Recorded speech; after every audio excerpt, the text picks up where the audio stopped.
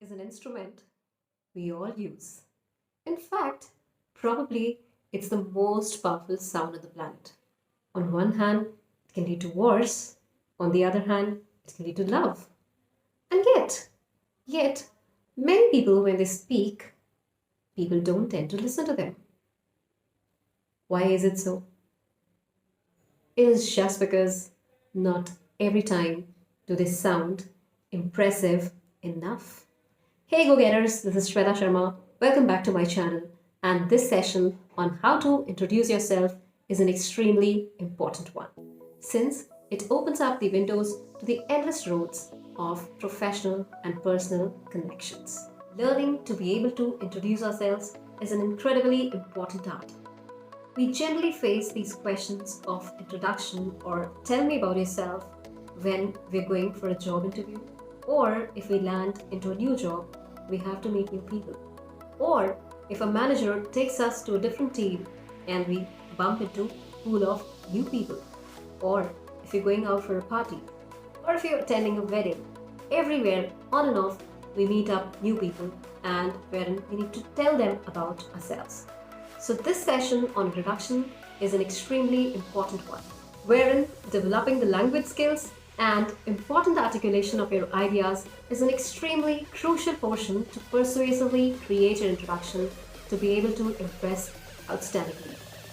So through this video, I'm going to walk you through certain steps for creating your introduction.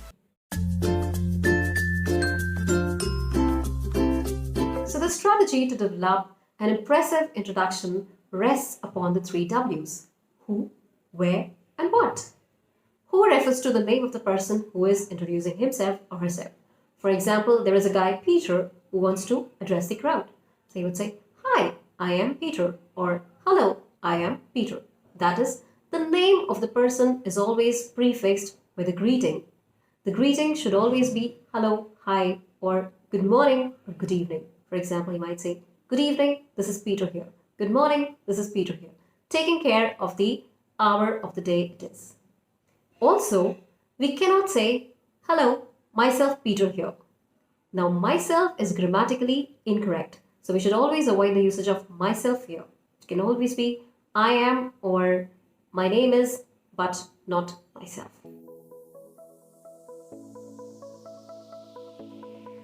The second W deals with where. So now, where can have multiple variations to its forms. For example, the person might be staying at a certain place from the beginning of his life, but might have relocated to a certain place for the job, which is true in most of the cases. For example, if I say, I belong to XYZ place, but currently I put up at XYZ.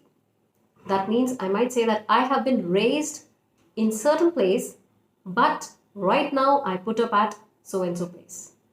Or there can be a situation when a person is staying at the same place where he or she was born. For example, if people say, I stay in Delhi only, or I was born and brought up in Delhi only. Now that only is an incorrect usage here. It should always be Delhi itself. I was born and brought up in Delhi itself. I stay in Delhi itself. Never use only for it. It is again grammatically incorrect.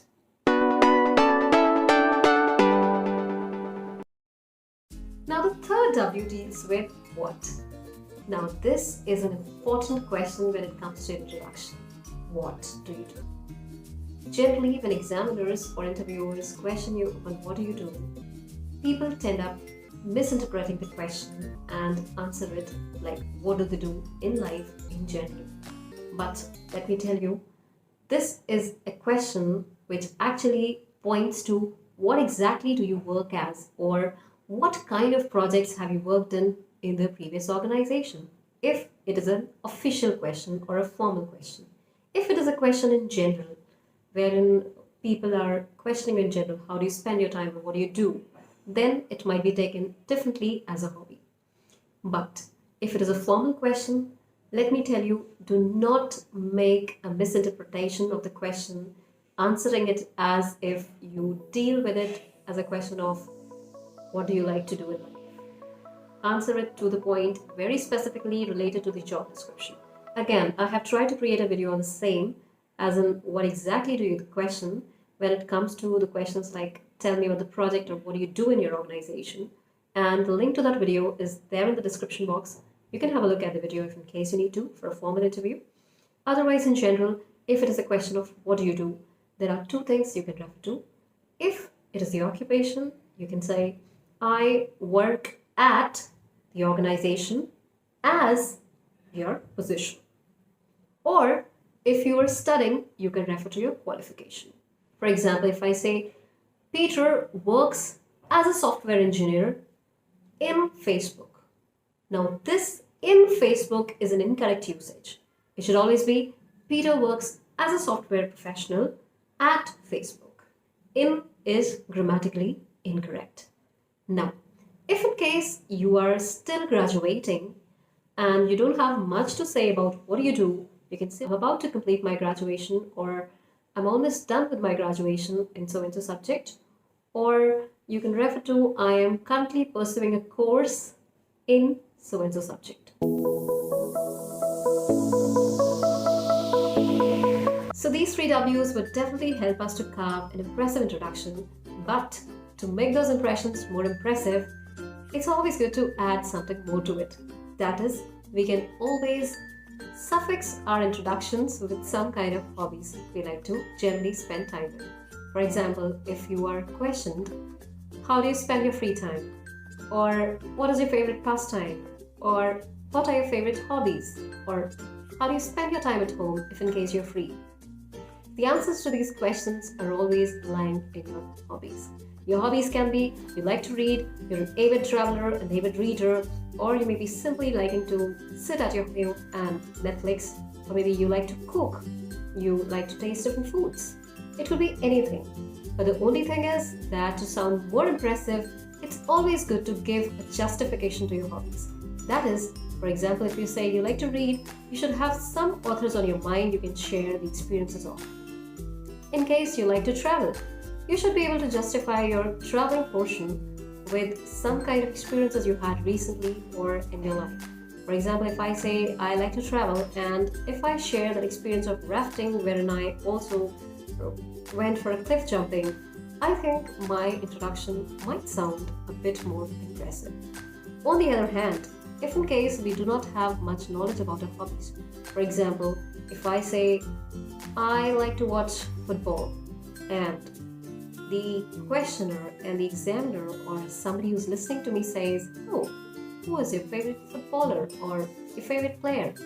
And I end up like, my favorite player is, I'm all bamboozled, trying to embarrass myself all the more, saying, I like to watch football and I don't have an answer to who's my favorite footballer.